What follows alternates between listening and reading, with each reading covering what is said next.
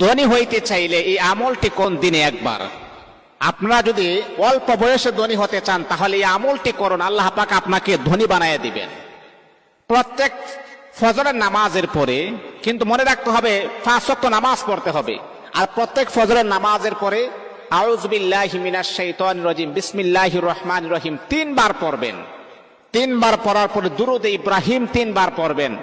তারপরে 11 বার সূরা কাউসার আপনি পড়বেন, ইন্না আ'তাইনাকাল কাউসার ফাসাল্লি লিরাব্বিকা ওয়ানহার ইন্না শানিয়াকা হুয়াল আবতার।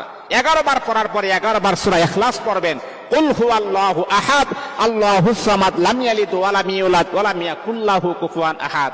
এমন করে করে যদি আপনারা যদি প্রতিদিন ফজরের নামাজের পরে এই আমলটা যদি প্রতিদিন একবার করতে পারেন, আল্লাহ পাক রব্বুল আলামিন 41 দিনের ভিতরে আপনার ঘরের সমস্ত অভাব অনটনকে দূর করে দিয়ে আপনার ঘরটাকে আমার আল্লাহ স্বাবলম্বী বানায়।